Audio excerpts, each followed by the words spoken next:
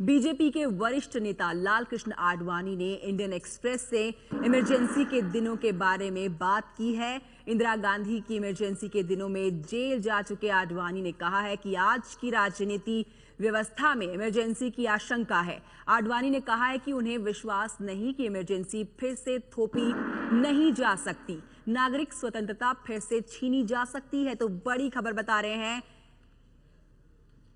लालकृष्ण आडवाणी ने इमरजेंसी की आशंका जताई है, विश्वास नहीं कि इमरजेंसी ना हो। क्या कुछ इंडियन एक्सप्रेस पर छपा है उस पर नजर डालते हुए बता दें कि राजनीति व्यवस्था में आज भी इमरजेंसी की आशंका है। 2015 के भारत के संविधान कानून में ऐसे कवच नहीं है कि जो इमरजेंसी को रोक सके।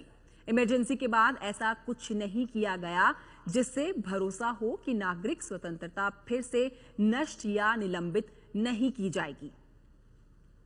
किसी के लिए ऐसा करना आसान नहीं होगा, लेकिन मैं नहीं कह सकता कि ऐसा फिर नहीं हो सकता। लोकतंत्र के प्रति प्रतिबद्धता में कमी दिख रही है। मैं नहीं कह रहा कि राजनीति नेतृत्व परिपक्व नहीं है, लेकिन कमियों के कारण विश्वास नहीं होता कि फिर से इमरजेंसी थोपी नहीं जा सकती। तो इंडियन एक्सप्रेस में लालकृष्ण आडवाणी ने जो कुछ कहा है वो आपको उसके अहम अंश हम दिखा रहे हैं।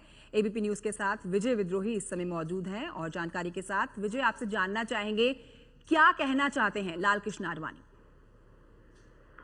देखिए, यही एक बड़ा सवाल है कि बहुत लंबे समय बाद आडवाणी जी का कोई विचार, कोई उनका एक इंटरव्यू सामने आया है और उसमें भी ये आडवाणी जी ही जान सकते हैं कि वो देश की जो मौजूदा राजनीतिक दशा दिशा पर एक सामान्य किस्म की वो टिप्पणी कर रहे हैं या फिर कोई व्यक्ति विशेष के लिए ये टिप्पणी है या किसी सरकार विशेष के लिए टिप्पणी है या फिर सामूहिक रूप से जितनी भी राजनीतिक पार्टियां हैं, जितनी भी राजनीतिक व्यवस्था देश में इस समय बनी हुई है, उस पर वो एक टिप्पणी कर रहे हैं।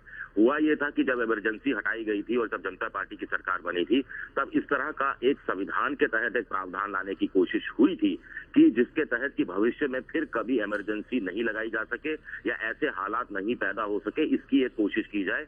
वो कोशिश पूरी तरह से सफल नहीं हो पाई थी। आडवाणी जी क्या अब जो ये कह रहे हैं कि हालांकि मौजूदा नेतृत्व तो बहुत क्षमतावान है, वो कह रहे हैं कि कुछ खामियां हैं लोकतंत्र में, उनका विश्वास तो है, लेकिन इमरजेंसी फिर लगाई जा सकती है ऐसी आशंका भी वो जाहिर कर रहे हैं। तो क्या उस तरफ वो इशारा कर रहे हैं कि संविधान के तहत ऐसी कोई पुख्ता व्यवस्था नहीं की गई है और आने वाले समय में ऐसी परिस्थितियां सत्ता पक्ष की तरफ से क्या लादी जा सकती हैं, एक बड़ा सवाल है। दूसरा, वो जो कह रहे हैं कि लोकतंत्र और उससे उनसे जुड़े सभी पहलुओं पर एक तरह से विश्वास की वो कमी जता रहे हैं। ये बड़े अफसोस की बात है कि इतने वरिष्ठ नेता को ऐसा लगता है कि जब माना जा रहा है कि हिंदुस्तान में लोकतंत्र बड़ा मजबूत हुआ है, लोकतंत्र के प्रति लोगों की आस्था बढ़ी है और लोकतंत्र के कमजोर होने की आशंका और ऐसे लोगों के मजबूत होने की आशंका जब आडवाणी जी जताते हैं कि जो इमरजेंसी जैसे हालात पैदा कर सकते हैं, तो वाकई में ये एक बड़े सवाल उठते हैं कि आखिर उनको ऐसा क्यों लगता है कि देश की जो मौजूदा राजनीतिक व्यवस्था है वो उसकी दशा दिशा ठीक नहीं है।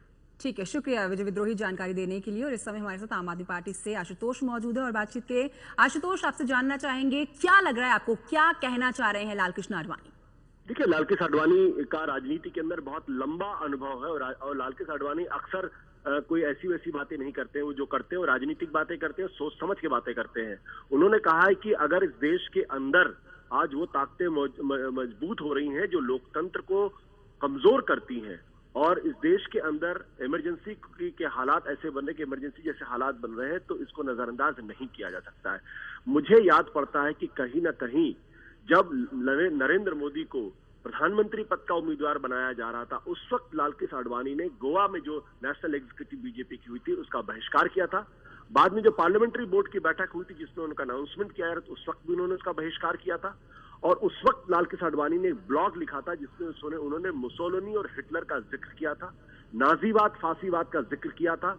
आज मैं कह सकता हूं कि आडवाणी ने ये हिंट कर दिया, ये बात कह दी है कि दरअसल इस देश के अंदर बीजेपी की सरकार और नरेंद्र मोदी के नेतृत्व में लोकतंत्र सुरक्षित नहीं है और देश आपातकाल की तरफ बढ़ रहा है। तो आप ये कह रहे हैं आशुतोष कि लालकृष्ण आडवाणी सरकार पर ही निशाना साध रहे हैं?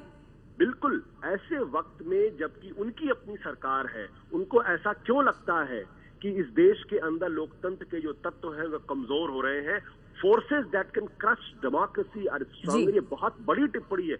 यानी जो ताकतें लोकतंत्र को जमींदोज करना चाहती हैं वो बहुत मजबूत हो रही हैं। I do not have the confidence it can not happen again. यानी स्पष्ट, जब ये अगर ये कांग्रेस की सरकार होती तो मैं बात समझ सकता जी था। तो आशुतोष पूरी तरह से सरकार सरकार पर ही इस चीज को बोल रहे हैं कि लालकृष्ण आडवाणी का जो निशाना है वो सरकार के ऊपर ही है। शुक्रिया आपका आशुतोष हमसे बात करने के लिए। इस समय अखिलेश प्रताप सिंह जी कांग्रेस से हमारे साथ जुड़ गए हैं। अखिलेश जी, आपकी पहली प्रतिक्रिया क्या लग रहा है, क्या समझाने की कोशिश कर रहे हैं लालकृष्ण आडवाणी? आडवाणी जी पिछले कुछ सालों से, मतलब जब से ये दिल्ली में माननीय मोदी जी की सरकार आई है, तो जो वो महसूस कर रहे हैं, जो वो अपने आंखों के सामने देख रहे हैं, जो प्रक्रिया एक लोकतांत्रिक होने चाहिए उसका पूरा अभाव वो मंत्री परिषद से लेकर के अपने संगठन में देख रहे हैं। वो सारा कुछ इंगित करना और इशारा करना उधर ही है।